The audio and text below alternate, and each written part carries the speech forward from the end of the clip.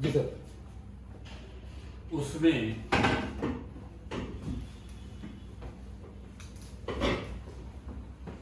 उन्होंने कहा, छायावाद शब्द का विरोध नहीं किया उन्होंने, लेकिन उन्होंने छायावादी कवियों की प्रशंसा भी नहीं की, यहाँ तक कि प्रसाद की भी ज्यादा प्रशंसा कुछ नहीं, उल्लेख है। उन्होंने कहा कि इस युग का नाम होना चाहिए स्वच्छंदतावाद। छायावाद का नहीं, ये नहीं कहा जी, इस पूरे युग का छायावाद तो नाम लिया ही नहीं उन्होंने। लिया, कहा उन्होंने क्या ठीक है छायावाद है, लेकिन स्वच्छंदतावाद शब्द उन्होंने कहा कि होना चाहिए। ये मैं इस पक्ष में हूँ। मेरा कहना ये है कि आचार्य शुक्ल ने बड़ा अच्छा नाम दिया था। छायावाद क्या होता है, क्या अर्थ है छायावाद का, किसकी छाया है ये किसी की छाया है क्या, या आप कहें कि साहब भगवान की छाया है, ब्रह्मांड की छाया, ऐसा नहीं होता है। छायावाद जो है अपने आप में एक मायावाद है, शब्द ही पर्याप्त नहीं है। मुझे जब मैंने ये पढ़ा रामचंद्र शुक्ल का इतिहास, तो समझ में आता है यार, स्वच्छंदतावाद तो बहुत अच्छा शब्द है। एक तो सारा भारत स्वच्छंदता की मांग कर रहा था उस समय, तो स्वच्छंदतावाद की कविताएं होती तो कितना अच्छा था। आज़ादी की आहट पहले से आने लगी, तो ये शब्द क्यों नहीं लिया गया, लेना चाहिए। मैं कहता हूं कि अब लो, आज बोलो कि ये स्वच्छंदतावाद की कविताएं हैं। छायावाद का यह तो अर्थ समझा दूंगी कि होता क्या है छायावाद। रहस्यवाद तो समझ में आता है, छायावाद क्या होता है। तो ये तो छायावाद तो मुझे नाम ही गलत लगता है। अब ये मेरा अपना दुराग्रह हो सकता है, मतलब कोई जरूरी नहीं कि आप इससे सहमत हो। और क्यों हो आप सहमत, जब मैं उनसे सहमत नहीं हूं तो आप मुझसे क्यों सहमत हो। तो कहने का मतलब ये है कि आधुनिकता के नाम पर वैज्ञानिकता होनी चाहिए। आधुनिक फैशन नहीं है, आधुनिक जीवन पद्धति है। तो आधुनिकता के साथ साथ अगर आप वैज्ञानिकता को अपने साथ लेंगे तो शायद कुछ सार्थक बात हो पाएगी। आपके मन में कुछ खास सवाल हो तो पूछिए।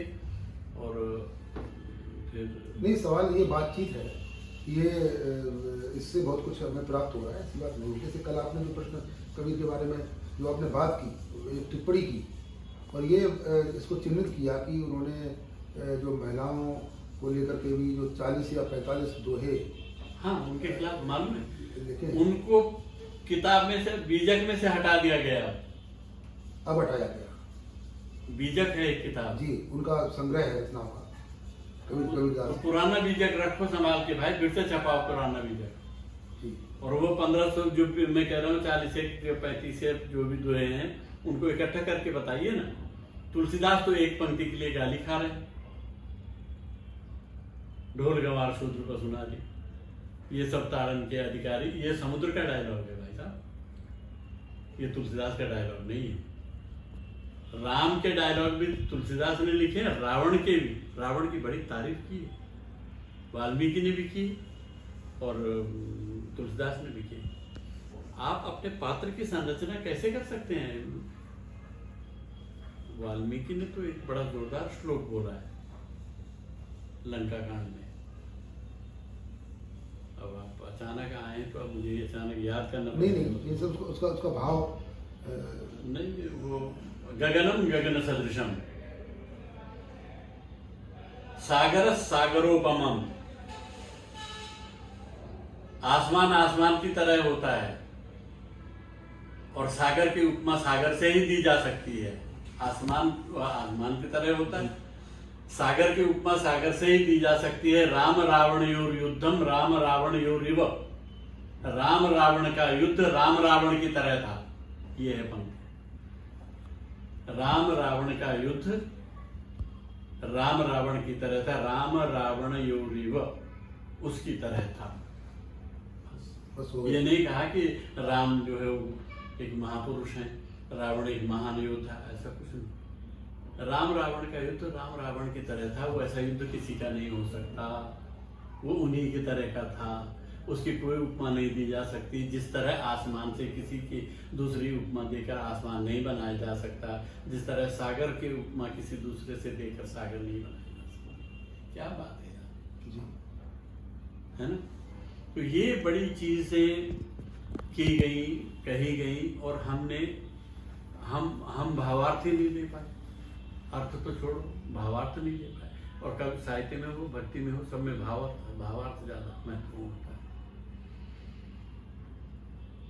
अर्थ तो है, अर्थ कभी कभी अनर्थक भी हो जाता है, और भावार्थ जो है वो मजबूत होता है।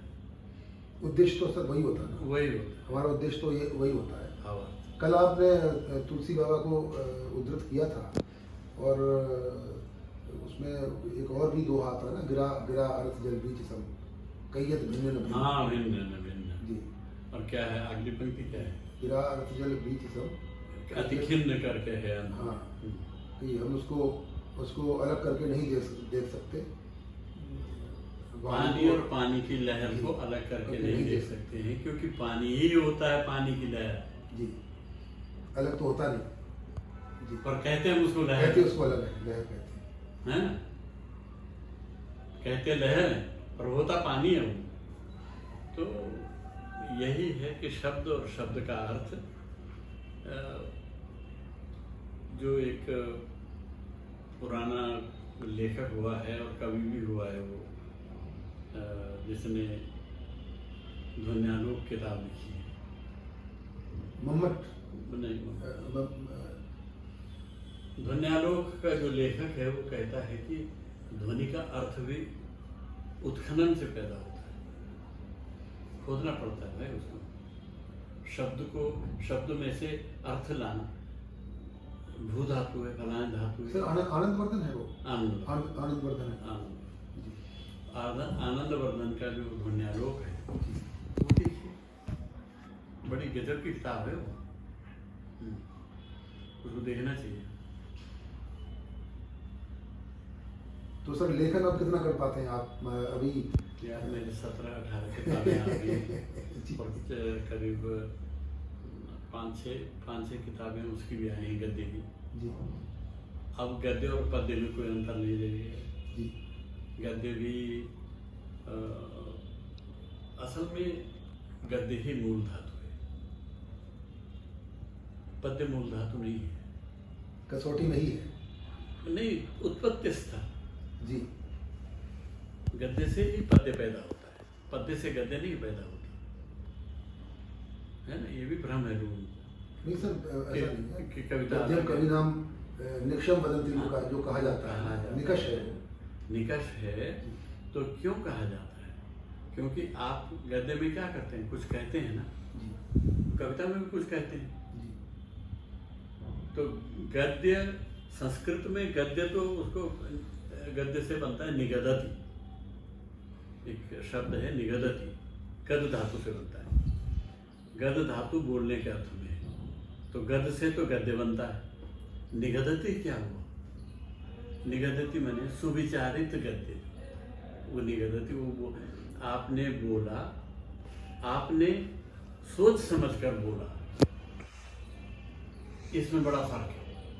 बोलने में तो कुछ भी बोला जा सकता है, पर आप निगदति, आप जब निष्णात होते हैं, जब आप तन्मय होते हैं, तो आपका गद्य बदल जाता है। तो गद्य की भी कई श्रेणियां हैं, और कई उच्छ्वास हैं, कई सांसें हैं जो बदल जाती हैं, कई सांसें हैं जो केवल हाहाकार में जाती हैं, उसको नहीं करता। ये सर मूल रूप से जब कोई लिखना शुरू करता है काव्य, तो वो छंद की ओर ही लगभग जाता है। नहीं, छंद माने रिदम। और सर आपने जब अपनी रचना शुरू की थी, तो क्या आप आरंभ से ही ये जो नहीं, अगर प्रसाद जी की कृपा न होती है, प्रसाद जी न पढ़ पाता मैं, या नहीं मिलता उनके साहित्य से, वो तो नहीं थे उस समय, हम छोटे थे। उन्होंने बताया कि कमाल है, वो अलग किस्म के कवि हैं, और उनसे मैं बहुत प्रेरित हुआ, उसी से मैंने लिखना सीखा, और मैंने उनका अनुसरण किया, अनुकरण नहीं किया। जिन विषयों पर उन्होंने कविताएं लिखी उन पर मैंने नहीं लिखी, मैंने उनका अनुसरण किया, अनुकरण नहीं। जी नहीं सर, मैं इसलिए पूछ रहा था, जैसे अमूमन ऐसा होता है कि छंद की तरफ लोग चले जाते हैं और उसी में लिखने लगते हैं, और लेकिन नहीं लिखते हैं तो बुराई क्या है? लेकिन जो विचार कविता जिसे कहें, अकविता जिसे कहें, या जो नाम तो अलग अलग दिए गए, लेकिन वो वैचारिक पक्ष जो कविता का रहा, जिसमें विचार की प्रधानता हुई, वो रचना गद्य कविता भी बहुत लोगों ने कहा उसको। सर आप उस तरफ आए और आज विश्वविद्यालयों में भी आप पढ़ाए जाते हैं, और वो आपकी वो रचनाएं जो है वो सभी उसी प्रकार की रचनाएं हैं। तो ये आपने लेखन के आरंभ में ही आपके नहीं, ऐसा कुछ नहीं है कि आरंभ में हमको ये मालूम हो गया और अब नहीं मालूम। जी हम हमेशा निरंतर एक यात्री की तरह हैं भाई। आज इस पड़ाव पर है तो कल उस पड़ाव पर है, आज इटावा में है, परसों इलाहाबाद में थे। तो ये पूर्व निर्धारित नहीं होता है। जब आप कुछ करते हैं, जब भाई लेखक भी एक मजदूर है,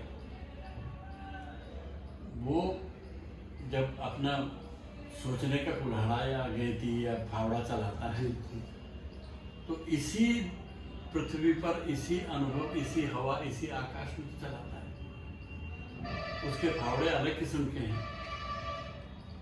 वो वही फावड़ा नहीं है जो फावड़ा एक लेबर के पास होता है, बट परिश्रम वही उसको भी करना पड़ता है जो एक मजदूर को करना पड़ता है। उत्खनन करना पड़ता है। हर चीज़ नई प्राप्त करने के लिए आपको कुछ बोना पड़ता है, कुछ खोना पड़ता है, कुछ उठाना पड़ता है, कुछ नया रचना पड़ता है। तो ये चीज़ें जो है होती हैं, ये अपने अनुभव से आती हैं, ये नकल करने से नहीं आती। और दूसरी चीज़ ये बताऊँ मैं आपको, पढ़ना जरूर चाहिए। लोग कहते हैं मौलिकता नष्ट हो जाती है पढ़ने से, ऐसे भी महापुरुष हैं जो कहते हैं मौलिकता नष्ट हो जाती है। अरे भाई, आप मूर्खता को क्यों बढ़ावा दे रहे हैं? मूर्खता नष्ट हो जाती है पढ़ने से। आप कुछ भी किताब पढ़ेंगे, अर्थशास्त्र की पढ़ेंगे, पॉलिटिकल साइंस की पढ़ेंगे, विज्ञान की पढ़ेंगे, गणित की पढ़ेंगे, ये चीज़ें आपकी मूर्खताओं को ख़त्म करेंगी जी। तो साहित्य में भी यही है कि आदमी साहित्य की नकल करने के लिए साहित्य नहीं पढ़ता है। कुछ लोग पढ़ते होंगे, लेकिन वो उसकी नकल से बचने के लिए साहित्य पढ़ते हैं कि मुझे ऐसा नहीं लिखना है, क्योंकि ऐसा लिखा जा चुका है। जो लिखा जा चुका है वही मैं क्यों लिखूं? जी, पेशवेशन क्यों किया जाए? क्यों किया जाए? तो उसको लिखने के लिए तो नया सोचना पड़ेगा ना। फिर आपको मैदान ही बनाना पड़ेगा नया। आपको ज़मीन नहीं खोदनी पड़ेगी, ज़मीन नहीं तोड़नी पड़ेगी, और ज़मीन में से कुछ उपजाना पड़ेगा कि भाई ये नया अनुभव आया मेरा। तो अनुभव आता है तो मैं समझता हूँ कि वही छंद है जी। और नाट्यशास्त्र वाले ने तो कहा ही है कि शब्द छंद, शब्द ही छंद है। अकेला शब्द भी छंद है एक एक्टर के लिए। एक एक्टर से कहा उन्होंने कि तुम मैं शब्द बोलो, मैं। तो उसने कहा कि भाई मैं, तो उसने कहा भाई इसमें बड़ी दीनता है, इसको जरा दूसरे ढंग से बोलो। तो उसने कहा कि मैं, तो उसने कहा भाई इसमें बड़ा घमंड है यार, तीसरी तरह से बोलो, है वही मैं। उसने मैं कुछ ऐसे ढंग से कहा कि बड़ी चुलबुलाहट भी थी उसमें, बड़ा क्रोध भी था और छटपटाहट भी थी। तो जब तीन प्रकार का मैं, केवल मैं ही तीन प्रकार का हो जाता है, तो शब्द की सामर्थ्य को देखिए ना। शब्द तो वही है मैं, अर्थ बदल गए। मैं तो लाचारी है। मैं तो मैं हूं, तो इसमें अहंकार है। और जब आप तरस खा रहे होते हैं तब जो मैं होता है वो अलग किसी तरह का मैं होता है। तो ये शब्दों की ध्वनियां अर्थ की सृष्टि करती है, अर्थ को पैदा करती है। तो तो और शर्मा जी क्या कर रहे हैं? और सर बस मैं ठीक हूँ और आपसे बस अलग से मुझे लग रहा था कि मैं आपके साथ बैठूं, क्योंकि इतना मैंने सुना है और सर जैसे पद्मश्री आपको मिला इतना बड़ा सम्मान सर मिला और हमें बहुत खुशी हुई। हम उसमें सूची देख रहे थे और उस सूची में ये होता है कि इस क्षेत्र को, इस क्षेत्र को, इस क्षेत्र को, तो देखते रहते हैं साहित्य के क्षेत्र का कहाँ नाम आ रहा है साहित्य का। तो जब आपका नाम आया तो उसमें जो नीचे नाम लिखे हुए चलते हैं, जब सूचना जो उसमें आती है टीवी में, तो मुझे बहुत अच्छा लगा और मैंने कहा कि अभी मैं मिलूंगा। तो मेरा भी नाम लीलाधर शर्मा है। आपका हाँ, सर्टिफिकेट में मेरा नाम लीलाधर शर्मा है जी। और शर्मा, मैंने लोहिया जी का एक भाषण था बड़ा अच्छा, तो लोहिया जी ने कहा कि जाति सूचक नाम हटा दे। बहुत सारे लोगों ने कहा, आचार्य नरेंद्र देव ने सबसे पहले कहा कि उन्होंने कहा कि जाति सूचक शब्द हटा देना चाहिए। नहीं सर, वो वैसे भी कहते थे, वो हाँ, लेख भी उनके ऐसे। हाँ, तो बड़ा जब मैंने कहा बड़ा हटा देते हैं इस शर्मा। क्या होता था हमारे साथ, हरिजनों के बच्चे भी होते थे हमारे साथ, मतलब निम्न वर्ग के, उच्च वर्ग के, ऊंची जातियों वाले सब बच्चे होते थे। तो ये जो जातीय अभिमान था तो मुझे लगता है एक नकली अभिमान है, तो हटा देते हैं। शर्मा क्या करना है? अब शर्मा जो है, दो ही जातियां हैं, शर्मा, शर्मण और वर्मण। वर्मा, शर्मा और वर्मा। वर्मा, ये तो वर्मा तो बिल्कुल कायस्थों की जाति बन गई, जबकि वो क्षत्रियों की जी है ना। तो या तो शर्मा और विश्वकर्मा दो होते बस, और कोई ना होते तो ठीक था। चलो, तो शर्मा में ये हुआ कि आपको ऐन्द्रिक चेतना जिसमें ज़्यादा हो, बौद्धिक चेतना जिसमें ज़्यादा हो, वो शर्मा है। और विश्वकर्मा ठीक है कि वो सब कुछ रचता है, अपना सब कुछ संवारता है। अब विश्वकर्मा भी एक जाति बनाती है जी, अलग से। वर्मा एक जाति बनाती है, तो हमने कहा हटा देते हैं। तो गांव में बोलते थे हम लोगों को जगुड़ी। जगुड़ी की क्यों कहते थे? असल में हमारा नाम रेवण नेम है जगतगुरु। जो जगतगुरु शंकराचार्य जब केदारनाथ आए जी, तो उनके साथ कुछ शिष्य आए, गृहस्थ शिष्य। वो अकेले तो बसे नहीं थे यहाँ, उनके साथ एक मंडल चलता था, उनका शिष्य मंडल था अपना। तो शिष्य मंडल बिना स्त्री और बिना पैदा हुए तो आते नहीं हैं, तो गृहस्थ शिष्य थे उनके। तो वही कोई पहाड़ में रह गए, तो जगतगुरी हैं, जगतगुरी का जगुली हो गया। अच्छा अच्छा, ऐसे बना। हाँ, और फिर जगुली हो गया, और फिर ये हो गया कि ब्राह्मण थे तो ब्राह्मणों में यज्ञ की परंपरा थी जी, तो यज्ञ कराने वाले ब्राह्मण यज्ञुड़ी, और तब उसके हो गए जगुड़ी। अपभ्रंश होते होते अपभ्रंश होते होते हम शुद्ध हुए।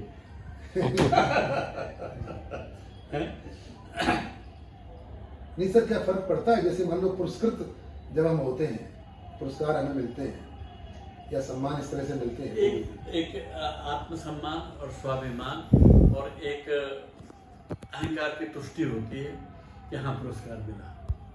पुरस्कार मिलना भी बुरी बात नहीं है जी, लेकिन सवाल यह है कि पुरस्कार ही सीमा नहीं है जी, और पुरस्कार के लिए ही नहीं लिखना चाहिए, है ना। तिरस्कार के लिए भी लिखना चाहिए। तुलसीदास का बहुत तिरस्कार, जी, जी, जी, वही उसका पुरस्कार है। अगर आपके लेखन के कारण आपको गालियां पड़ सकती हैं तो हो सकता है कि बहुत बुराई हो, और हो सकता है उसमें कोई बहुत अच्छाई भी हो। ये कालांतर में पता लगता है, उसी समय नहीं लगता। जी। तो तुलसीदास ने तो फिर से भाई संस्कृत में लिख के दिखाई। ब्राह्मणों ने कहा बनारस में कि काहे का भाका भाका भाका कर रहे हो, संस्कृत जानते हो? उनका हाँ थोड़ा बहुत जानता था। तो जो दूसरा संस्करण आया उसमें शुरू में संस्कृत में श्लोक हैं और अंत में हर कांड के आरंभ में और क्या कैसे श्लोक हैं, गजब के श्लोक हैं यार। रामचरितमानस जहाँ से शुरू होता है, पहला श्लोक क्या है? छंद वाला क्या वो है? छंदानाम देखिए मैं एकदम ध्यान से कर रहा हैं? अरे बड़ा सुंदर श्लोक है वो, और मुझे याद था। तब दोबारा अब बूढ़ा हो गया। छंदानाम वर्ण संघानाम छंदानाम वर्ण वर्ण संघानाम क्रमानाम छंद और वर्ण का भेद बताया जी। उन्होंने। छंदानाम, वो वर्णानाम है पहले, छंदानाम नहीं। वर्णानाम वर्णानाम छंद सामप विसर्ग को बाद में छंद सामपी है। हाँ, छंद सामपि, हाँ छंद अपि सामपी। शब्द है उसमें। हाँ। वर्णानाम अर्थ संज्ञानाम संज्ञानाम, रसानाम छंद छंद सामपि। हाँ। और कर्तारौ वंदे वाणी विनायको, नहीं, ये वर्णानाम अर्थ संज्ञानाम रसानाम छंद सामपि मंगलानाम च कर्तारो वंदे वाणी विनायको। क्या जी, जी, जी। वंदे वाणी विनायको, है ना? तब भवानी शंकरो वंदे श्रद्धा भवानी शंकरो वंदे पार्वती परमेश्वरो। श्रद्धा विश्वास रूपेण हाँ। याभ्याम विना न पश्यन्ति हाँ, सिद्धा सिद्धा स्वात्मा स्तमीश्वर। क्या भाषा है देखिए। और ऐसी ऐसी जटिल पंक्तियां हैं ये, जिनमें बड़ी सरलता से बताया गया है कि वर्णानाम अर्थ संज्ञानाम, जो सुमृत सिद्ध होए गणनायक करो वेदन करो अनुग्रह होए।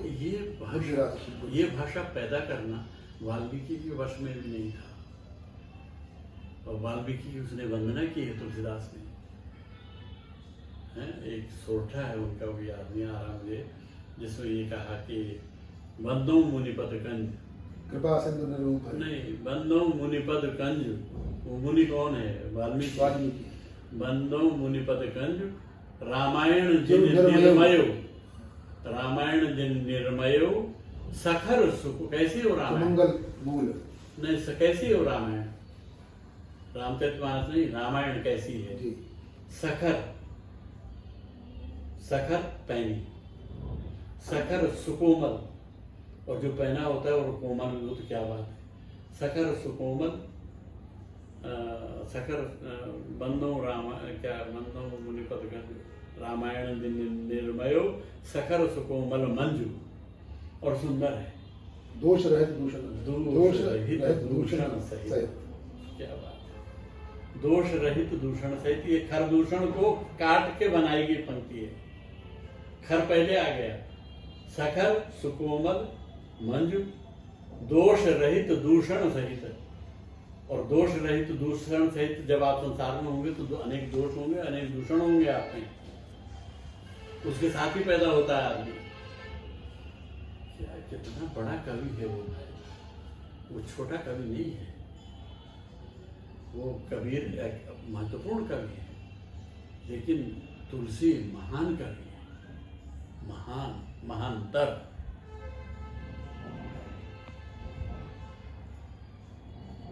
तो सर कल जो शाम को हमारी जो ये इन्होंने संगोष्ठी रखी थी ना, जो हाँ। हिंदी पर, ये केवल विचार विमर्श तक ही, इस प्रकार की संगोष्ठियाँ बहुत होती हैं और विचार तक सीमित रह जाती हैं। विचार किया और थोड़ा सा पसंद हो गए, लेकिन क्या ऐसा करना चाहिए जो कि इसमें कोई ठोस परिणाम सामने हमारे आए।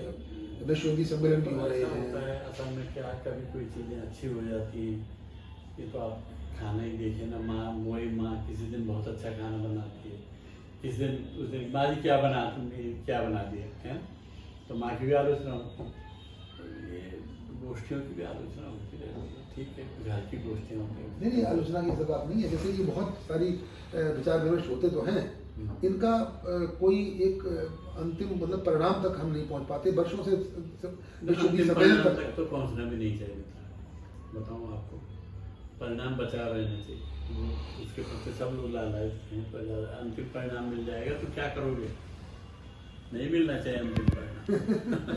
नहीं सर, जैसे ये बार बार जो कहा जाता है ना, ये राष्ट्रभाषा के संदर्भ में जो प्रश्न हिंदी को लेकर के आता है कि अब तक उसको वो दर्जा नहीं मिला। ठीक है, वो बात सही तो है।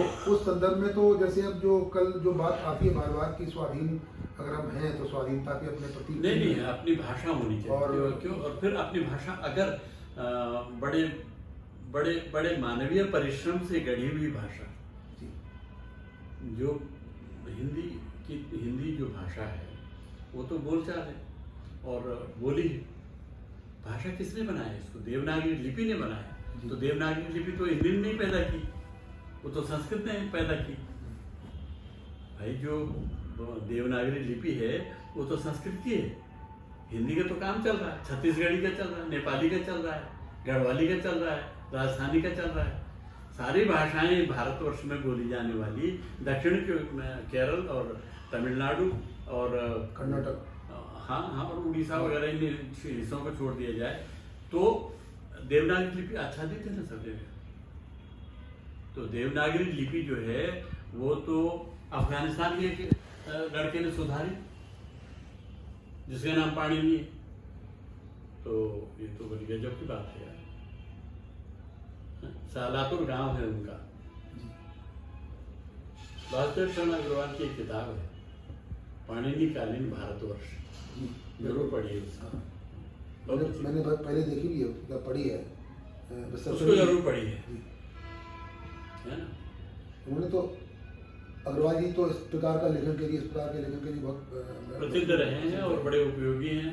और वो न होते तो बहुत सारे लोगों को समझ में ना आती चीजें। मैं तो एक संस्कृत का विद्यार्थी रहा हूँ और मेरी समझ में तब आया जब मैंने वासुदेव शरण अग्रवाल को पढ़ा कि है क्या चीज संस्कृत यार। सर जो हिंदी आलोचना है, जैसे वो कभी नंदलाल वाजपेयी जी रहे, कभी उसमें रामविलास जी आए, नामवर सिंह जी रहे, इस समय की जो स्थिति है सर हिंदी आलोचना की, उस पर आज बोलेंगे, आज बोलूँगी। अच्छा, आपके इस सवाल का उदाहरण देते हुए जी आज शर्मा जी आए थे जी, और आप पूरा नाम क्या लिखते हैं? डॉक्टर रमाकांत शर्मा। रमाकांत लिखते हैं और डॉक्टर सहित लिखते हैं जी, डॉक्टर साहब लिखता हूँ। दस्तखत भी डॉक्टर लगा के? नहीं सर, दस्तखत तो नहीं करता हूँ, दस्तखत तो नहीं करता हूँ, रमाकांत लिखता हूँ, लेकिन वैसे लेखन में कहीं पर भी पूरा नाम ही लिखता हूँ, डॉक्टर रमाकांत शर्मा। डॉक्टर केदारनाथ सिंह से हम कहा करते थे, केदार जी से, कि आप डॉक्टर नहीं लिखते, क्या बात है? बोले यार डॉक्टर नहीं, हम मनुष्य हैं। सर बहुत से लोग ऐसे हैं जो नहीं लिखते। अब श्री नरेश मेहता जी थे ना, वो श्री नरेश मेहता उनका नाम ही है, श्री नरेश। तो पहले से नाम था ना उनका श्री नरेश जी, तो ठीक, जैसे श्री कृष्ण नाम होता है तो श्री नरेश मेहता, श्री नरेश मेहता हो गए। श्री नरेश मेहता थे। जी जी, बहुत कम लोग जानते हैं इस बात को। तो वो क्या करते थे लोग कि श्री अलग हटा दिया करते थे और नरेश मेहता लिख दिया करते थे। तो वो कुछ ऐसा आरंभ से रहा कि वो डॉक्टर कहीं लेखन में कहीं कुछ कविता भेजी, अच्छी बात हो भेजी। अच्छा, तो इसलिए नहीं कि कोई इतना बड़ा कोई लेखक नहीं हो, बस एक विद्यार्थी भी अभी ठीक से नहीं होना चाहिए समझता हूँ। नहीं खैर जीवन में आदमी विद्यार्थी रहे तो इससे सुखद बात कोई नहीं हो सकती है ना। क्योंकि विद्या का विद धातु जो है ना जानने के अर्थ में है, किताब के अर्थ में नहीं है। विद मने जानना, विद धातु से विद्या शब्द भी बना और विद्यार्थी शब्द भी बना। और विद्या जो है वो जानने का नाम। तो जानना केवल किताब से नहीं होता है, जानना भौतिक पदार्थों को जानना भी होता है। और दूसरा ये है कि भौतिकता बड़ी चीज है, आध्यात्मिकता कम बड़ी चीज है। मैं मानता हूँ ऐसा, कोई जरूर नहीं कि आप मेरी बात से सहमत हो। आध्यात्मिकता तब फलती फूलती है जब विद्या आपके में हो। अगर आप में विद्या नहीं और केवल आध्यात्मिक चिंतन है, एक वायवीय है, एक शून्यता में, तो कुछ नहीं है। विद्या का होना बहुत जरूरी है। विद्या जो है बदल देती है आदमी को, क्योंकि विद्या ही अनुभव है। अनुभव जो है वही विद्या है। वरना केवल पढ़ाई लिखाई में आ ई सीख लिया, ABCD सीख ली, यही विद्या नहीं है। विद्या वो है जो इन अक्षरों के माध्यम से आप संपूर्ण जीवन को जानते हैं, पुनर्लेखन करते हैं उसकी पुनर्छवि बनाते हैं। वो पुरानी छवि जो आपके दिमाग में है, मेरे दिमाग में है, उसको बदलने के लिए कोई एक और छवि बनाते हैं आप। तो वो शायद विद्या का काम है, यथावत विद्या का काम नहीं। तो कहते यथार्थ का मतलब ये है जैसा है उसका अर्थ वैसा। यथार्थ जैसा उसका अर्थ है, और अर्थ तक जाओ ना पहले, तब यथार्थ समझ में आएगा। तो यथार्थ जो है उसकी खोज होनी चाहिए और उसमें डूबना पड़ता है। यथार्थ वह नहीं है जो जैसा दिखाई दे रहा है, यथार्थ वह है जो उसके पीछे छिपा हुआ है। सर ये जो इतनी अकादमी बनी है सरकारों ने, प्रत्येक प्रदेश में, उत्तराखंड में भी है, हरियाणा में भी है, पंजाब, हर प्रदेश में, तो इनके माध्यम से साहित्य का कितना कुछ कल्याण हो पा रहा है। साहित्य का कल्याण हो न हो, लेकिन जो उसके प्रति जिज्ञासा रखते हैं, जो उसको जानना चाहते हैं, उनका कल्याण हो जाता है।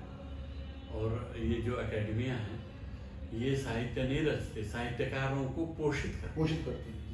तो साहित्यकार पोषित है तो साहित्य भी पोषित हो जाएगा। तो जो साहित्यकार अगर भूखा नंगा है तो साहित्य कहाँ से और कपड़े पहन के आएगा? जी बिल्कुल बिल्कुल है। तो मैं तो ये समझता हूँ कि अकेडमी भी जरूरी है। अकेडमी ना होती, विश्वविद्यालय न होते, विद्यालय न होते, और धूल मिट्टी में लिखना सीखते थे हम पहले, आपने भी सीखो। बिल्कुल बिल्कुल, धूल पर उंगली से लिख दिया करते थे। उंगली से इनको नहीं पता, आपको तो पता नहीं। आपको मालूम है स्कूल में हम जब बच्चे थे तो ये सही कह रहे कि वो धूल मिट्टी लगा के एक पटरा उस पर पीसते थे, एक दवा छोटी सी दवात उसको घोटते थे, थे, उसको यूं यूं करके रगड़ते, चिकनाहट, तब उसमें एक चमक आती थी, तब उसमें लिख देते।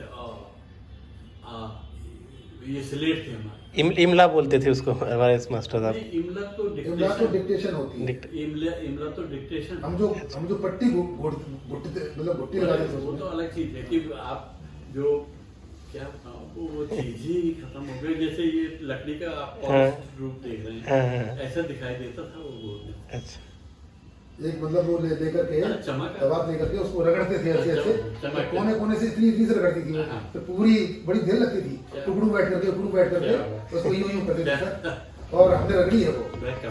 फिर जो है चौक जो है खड़िया, उसको पीस करके और उसमें घोल करके फिर एक मतलब धागा डोरा बना, फिर बच्चा मतलब इतना तैयारी करनी पड़ती, कारीगर हो जाता, तैयारी करनी पड़ती, कारीगरी थी वो।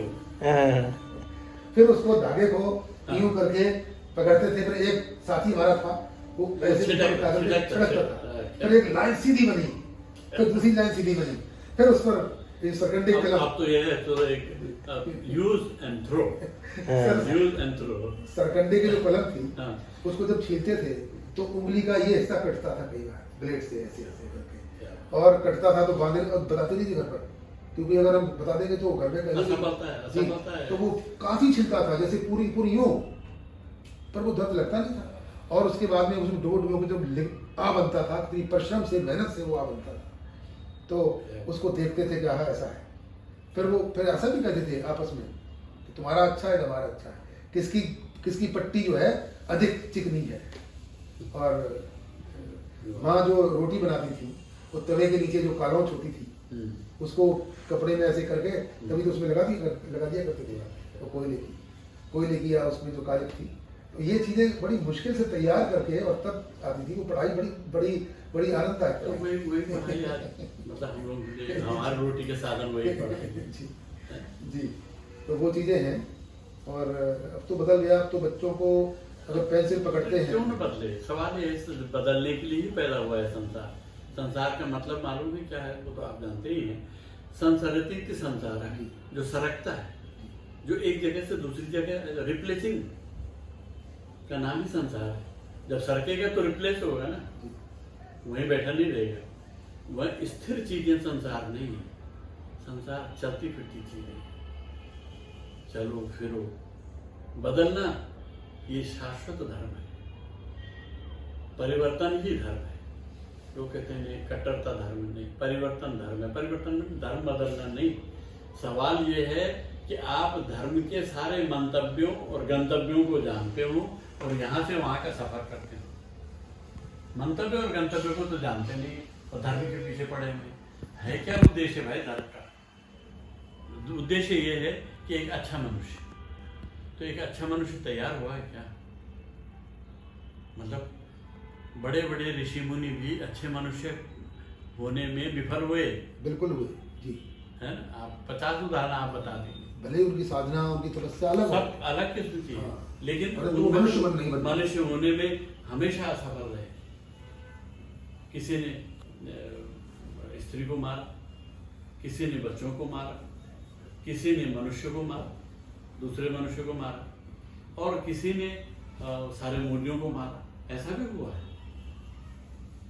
तो मनुष्य को कमाल तो इसलिए मनुष्य को इस बात का श्रेय दिया जाना चाहिए कि उसने फिर भी हिम्मत नहीं हारी। वो चल रहा है यार, वो आज चंद्रमा पे भी जा रहा है, सब कुछ कर रहा है और कह रहा है कि मैं आया तो चंद्रमा से ही हूँ, चंद्रमा मनसो हो जाए था। जब आप इस पंक्ति तक जाते हैं तो यार कमाल के लोग थे।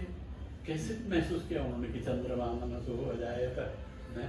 चंद्रमा मनुष्य से पैदा हुआ और मेरा मन चंद्र है, मेरा मन सूर्य है, मेरा मन तारे हैं। ये जो परिकल्पनाएं उसके मन में आई, प्रकृति से जो तादात्म्य संबंध स्थापित हुआ, ये रिश्तेदारी जो है तो बड़ी पुरानी है, कोई नई रिश्तेदारी नहीं है। उसको बिगाड़ने का काम हमने समय समय पर पूरी ताकत के साथ किया है कि दूसरे लोग जो हैं वो मैं एक चीज़ और कहना चाहता हूँ, वो ये कहना चाहता हूँ कि जिन धर्मों में ईश्वर का पुनर्जन्म नहीं हुआ वो धर्म पिछड़ गए। ईश्वर का भी नया संस्करण आना चाहिए। कभी राम का आया, कभी कृष्ण का आया, कभी बुद्ध का आया, कभी किसी गुरु का आया। ये जो भगवान का नवीनीकरण है, renewal of licence of the ईश्वर, ये भगवान के होने का जो लाइसेंस है, उस लाइसेंस की डेट निकल जाती है भाई, तारीख निकल जाती है उसकी, और तब एक कोई आता है वो उसको रिन्यू कर देता है, डेट बढ़वा देता है, तो नई तारीख बढ़वा देता है। लेकिन वो कितना भोगता है। भोगने ईश्वर भी भोगा है। यहाँ किसी की बीवी उठा ली जाए और वो बाद में ईश्वर हो और उसकी बीवी को उठा ले जाए, ये तो कथा हमारे यहाँ है भाई। और जिन स्त्रियों का कोई पति नहीं है, उनका उन स्त्रियों के लिए कह दे कि मैं तुम्हारा पति हूं, ये भी हमारे यहाँ। और स्त्री और बच्चा दोनों को छोड़ के चला जाए बुद्ध। और मालूम है आपको, जब पहली बार बुद्ध पिता बने तो जो वो कवि है, क्या है उसका नाम, भास, उसका वो पढ़िए, बुद्ध के बारे में बड़ा सुंदर लिखा है। वो औरतें बातें कर रही हैं, प्रसव होता है जहाँ महिलाओं का, वहाँ बातें कर रही हैं कि क्या हुआ। तो सीनियर दाई वो कह रही कि तो लड़का है, और उन्होंने कहा चलो जाओ राजकुमार को बताओ कि आप पिता हो गए, बधाई, और पर भाई जो इनाम मिले उस सब में बंटेगा। तो वो जाती है वहाँ, मैं नाम भूल रहा हूँ उसका, तो वो जाती है और बुद्ध को कहती है कि सर आप पिता बन गए, बधाई। तो बुद्ध ने क्या कहा, राहुल हो जाता है, बंधन हो जाता है। 2 सेंटेंस बोले और उसने कहा कि इनाम लाना बांटना, तो और बुद्ध ध्यान में चले गए, वो चली गई वापस। अब उन्होंने पूछा क्या मिला, कौन सा हार मिला, कौन सा दुलार मिला, क्या तुमको पैसा मिला, तो सब में बांटो आप, तो ये तो बात हो रखी है। उन्होंने कहा भाई हमको तो कुछ नहीं मिला, पर बच्चे को नाम मिल गया। बोले क्या मिला, बोले राहुल बोला उन्होंने। राहुल का मतलब जानते हैं क्या होता है? राहुल का मतलब होता है बाधा। राहु से बना है, ये प्राकृतिक का शब्द है। प्राकृत में राहु जो है बाधा का, उसमें भी ज्योतिष में भी है राहु बाधा का। तो राहुल हो जाता है, बंधन हो जाता है। अरे राहु पैदा हो गया, बंधन पैदा हो गया। ये है खुशहाली पिता की पुत्र के होने पर, है ना। फिर वो पुत्र, ये कभी मैं पढ़ रहा था उसका कि जब ये शिक्षा ग्रहण करने गया राहुल, तो बुद्ध के ही यहाँ ही गया, तो उसको बताया गया कि तेरे पिता है। वो एक्सेप्ट ही नहीं करता था। ठीक है, ये पिता है, गुरु भी पिता है। तो उसकी कोई विशेष देख रेख नहीं हुई। तो इतनी निष्प्रेक्षता कि हुआ करें आप मेरे या तो सारी दुनिया है या मेरा कोई नहीं है। तो कहने का अभिप्राय यह है कि ईश्वरों का भी पुनर्जन्म होता है भाई। ईश्वर वही नहीं है जो जो शुरू में थे कि वो ब्रह्मांड ने कमंडल में रख लिया फलाने। ईश्वर भी बदलते रहते हैं, आते हैं बदल जाते हैं, कुछ कर जाते हैं, फिर नए ईश्वर आते हैं। जिन धर्मों में जैसे इस्लाम में कौन सा नया ईश्वर आया 14 वर्ष बाद, 1400 साल, अभी 1500 साल तो हो रहे हैं। 1500 साल में अरे एक आप तो आ जाना चाहिए था यार अब तक है? आप तो पंचवर्षीय योजना में नेता बदल देते हैं, सब कुछ का सरकार बदल देते हैं। भगवान अगर मान लीजिए कुछ वर्षों में अपना नियम बना रखा है कि मैं 50 साल बाद 100 साल के बाद एक भगवान और आएगा, वो कहाँ है? I am waiting for him. कहाँ है वो भगवान? आना चाहिए ताकि धर्म का भी उद्धार हो, धर्म का भी लाइसेंस नया बने भाई, वही धर्म चल रहा है। तो ये सब हमारे यहाँ नहीं। हमारे यहाँ कभी बुद्ध आ जाता है, कभी कृष्ण आ जाता है, कभी विष्णु आ जाता है, कभी राम आ जाता है, कभी हनुमान, कभी कीट पतंग भी बन जाते हैं भाई भगवान। तो ठीक है, बन जाते हैं तो क्या बुराई है? कोई बुराई नहीं है। तो यहाँ एक उदारता है और एक उदारता के प्रति, परिवर्तन के प्रति सम्मान का भाव, कट्टरता का भाव नहीं। परिवर्तन क्यों और उस पर कट्टरता आ जाए? नहीं, ऐसा नहीं है। नहीं, बल्कि परिवर्तन को स्वीकार, परिवर्तन के परिवर्तित होने की कट्टरता है कि परिवर्तन है तो परिवर्तन तो होगा, उसको हम कट्टरता के साथ स्वीकार करेंगे कि परिवर्तन हो रहा है। तो ये उसकी भी अपनी कुछ ज़रूरतें हैं, कुछ छवियाँ हैं, कुछ उद्देश्य हैं। और अभी तक के इतिहास को देखने से यही पता लगता है कि मनुष्य जितना परिवर्तनशील हुआ है उतना ही आगे बढ़ा है।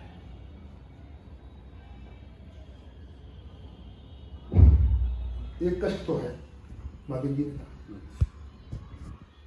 तो मैंने कहा कि मैं चुप रह गया। मैंने कहा आप क्या वो बता सकती हैं? अब देखिए, मैं एक BA पास तो हो गया था, MA में पढ़ता था, लेकिन क्या इतने बड़े व्यक्तित्व के साथ में ऐसी बात, अब आज तो मैं कर सकता हूँ आपके साथ में। मैं 20 वर्ष पहले मिलता तो मैं आपसे ये बातें नहीं कर पाता, मुझे बहुत संकोच था, बहुत संकोच। तो उन्होंने कहा कि कष्ट इस बात का है कि लोग आते हैं मिलने और ये कहते हैं कि यहाँ हाथ रखो, फोटो खींचेगी, और फोटोग्राफर को लेके आते हैं, और यहाँ हाथ रखो देवी जी एक सिर पर हाथ रखो, तो वो देवी जी सिर पर हाथ रखती हैं और ऐसे करके हंसती थी, वो तो हंसी माँ देवी जी। उसके पश्चात वो ये भी दिखाने नहीं आते कि फोटो जो खींचा गया था वो कैसा था। तो बेटा अब जो स्थिति है वो जैसे मेले लगते थे पहले, उसमें कटघरे में शेर और वो रीछ बंदर भालू आते थे, तो लोग जाकर के उस शेर के पास में, कटघरे के पास में खड़े होते थे और फोटो खिंचाते थे कि शेर के साथ फोटो है, भालू के साथ फोटो है। तो ऐसे करके फोटो खिंचा के चले जाते, दोबारा कोई मिलने नहीं आता। इसका मुझे कष्ट बहुत है, मुझे अच्छा नहीं लगता, क्योंकि मुझे लगता है कि जो बहुत प्यार से बात कर रहा है वो कहाँ चला गया, वो कहाँ गया, उसकी स्मृति नहीं होती है। ऐसे उन्होंने कहा। सर मेरा संकोच देखिए आप, मेरे मन में था मैं महादेवी जी के साथ फोटो खिंचाऊंगा, और मैंने मन में ठान लिया कि मैं बिल्कुल फोटो नहीं खिंचाऊंगा महादेवी जी के साथ। मुझे भी यही मानेंगी, फिर मुझे प्यार नहीं करेंगे, उनका प्यार न चला जाए मुझसे दूर, इसलिए मैं फोटो नहीं खिंचाऊंगा। मैंने फोटो नहीं खिंचाया। मेरे कई मित्रों ने कहा कि रमाकानी चलो आपको जानती है चलो, और एक बार हमारे कुछ साथी गए 5-6 इकट्ठे होकर के फोटो भी खींच के लाए। मैं उस दिन बहाना मार गया, मैं नहीं गया।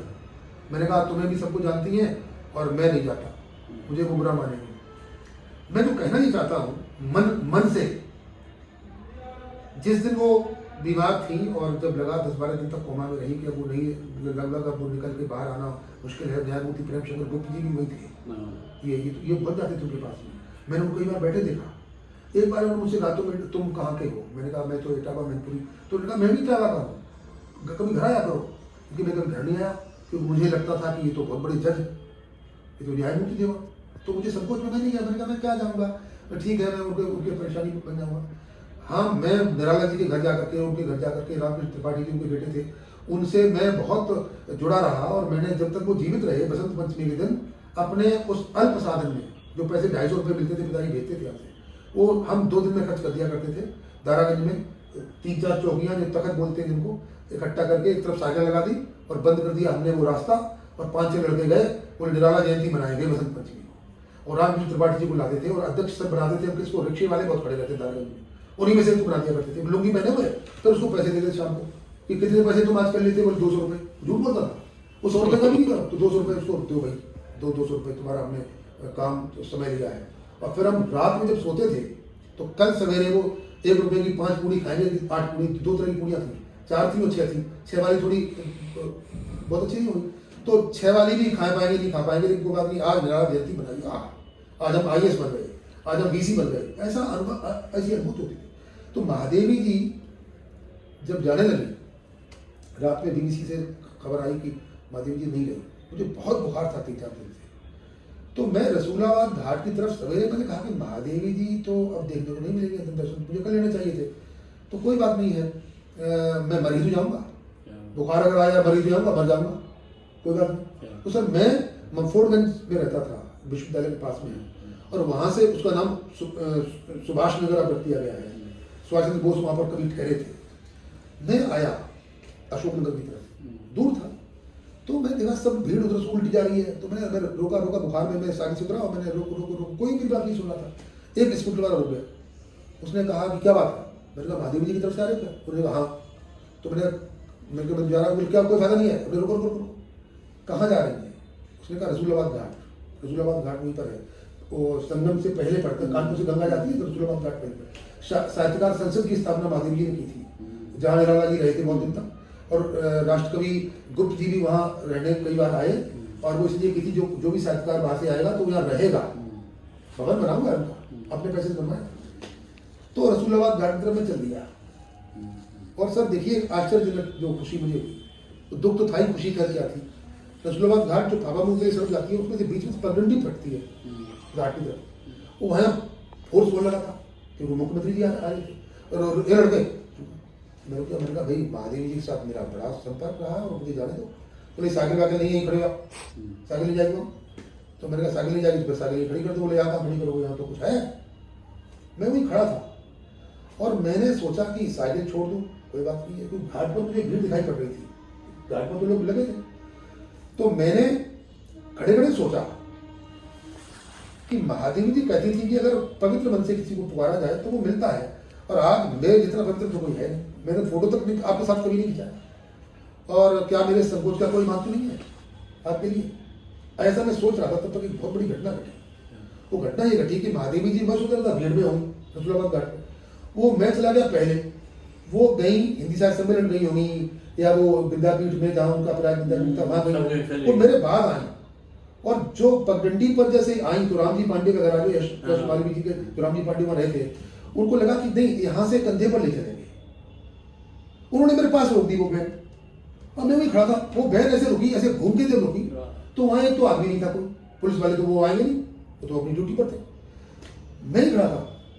और वो वैन एकदम ऐसी रुकी कि जो डाला खुला हुआ था, पाँव जो उनके दोनों थे महादेव जी के, वो मेरे बिल्कुल छाती के पास में इतना अंतर रहेगा उसमें, उन्होंने ऐसी उल्टी की ना, उधर मुंह कर दिया, तो महादेवी बस मैंने साइकिल दी छोड़, वो वहीं गिर पड़ी, वो कहाँ गिरी, वो पुलिस वालों ने एकदम की होगी, मैंने दोनों पैर पकड़े और मैंने माथा अपना रगड़ा, मैंने कहा मैं गलत हूँ, मैं गलत हूँ। तो राम जी पांडे वगैरह, और वो लड़कियाँ जो उन्होंने रखी थी, जो उन्होंने जिनको पढ़ा लिखा गया, तो वो रघुपति राघव राजा राम का वो कर रही थी, अपना गायन कर रही थी, वो मतलब कर रही थी, और वो उसी में थी, तो वो ऊंचा डाला था, छोटी सी बहन जैसे ये जो वो थी, अरे अरे अरे हटो नीचे तो उतारो पहले, तो एक तरफ तो वो लोग थे अंदर वाले, वो एक तरफ थे, 4 लोग लगते हैं, और एक तरफ मैं अकेला था, और मैंने उतारी क्या नीचे नहीं रखी, ऐसे करके मैं ऐसे खड़ा हो गया, और फिर कंधे पर लेकर के मैं थोड़ी देर चला, भीड़ में देखा कि वह तो रुक गई, भीड़ भागी, तो मैंने उसमें लिखा है संस्मरण में कि महादेवी जी कंधों पर नहीं उंगलियों पर गई, इतनी उंगलियां थी सर उसमें, कंधा तो किसी देख नहीं पाया, वहाँ तक गई, फिर मैं धीरे धीरे वहाँ गए।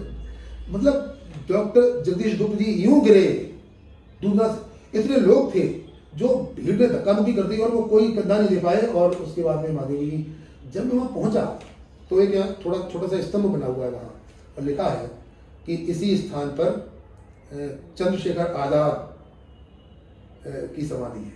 वो छोटा सा तो मुझे पहली बार मालूम पड़ा। मैं गया तो उसके पहले भी था घाट पर कई बार, तो मैं तो सामाजिक व्यक्ति हूँ, चलता था। लेकिन महादेवी जी और चंद्रशेखर आजाद जी में ज़्यादा दूरी नहीं है। ये जो मन में जो होता है ना, कई बार मिलता है। अब कभी मैंने आपके लिए सोचा था, सच कहते हैं कि आप मुझे कभी मिले, पता नहीं क्यों। एक डॉक्टर मधुमालती हमारे वहाँ है, तो वो हमारी एक बड़ी बहन ही है, वो पढ़ाती हैं कॉलेज में, कुछ कविताएं भी जब उन्होंने पढ़ाई तो वो कई बार बात करती थी और कई बार हमसे पूछती थी, भाई साहब इसका अर्थ बताओ, उसका अर्थ बताओ, भाई साहब ये करो, भाई साहब इसका, इसमें से क्या अर्थ, एक तमाम अर्थ छवियाँ निकलती हैं इसमें, और बताइए। तो मैंने कहा देखो ऐसा है, कामायनी को जब पढ़ाया गया तो जयशंकर प्रसाद जी से जब कहा कि आपने इतने अर्थ क्यों भर दिए, तो उन्होंने कहा अभी मुझे तो पता नहीं है। तो वो खुद गए थे BHU में, पीछे बैठे थे, और लोगों ने कामायनी जब पढ़ाई तो उन्होंने पीछे बैठ करके उन्होंने विद्यार्थियों में सुना था, और उन्होंने फिर हाथ जोड़े कि मैंने तो इतने अर्थ नहीं भरे। तो मैंने कहा हो सकता है कि उनको भी जो जितने अर्थ निकाले जा रहे हैं उनमें से, तो चीज़ें ये थी। तो मैं बहुत अभिभूत, जैसे मैंने सुना ना कि आप आएंगे, तो पता नहीं मेरा नाम कैसे लोगों ने सम्मान के रखा, और बहुत आनंद मिला मुझे। और अब तो ये ऐसा संबंध बन गया है कि कभी भिवानी। ये मेरी अभी तक आखिरी किताब है, अब एक और आ रही है, ये उसका नाम है खंड मंड उत्तराखंड 2013।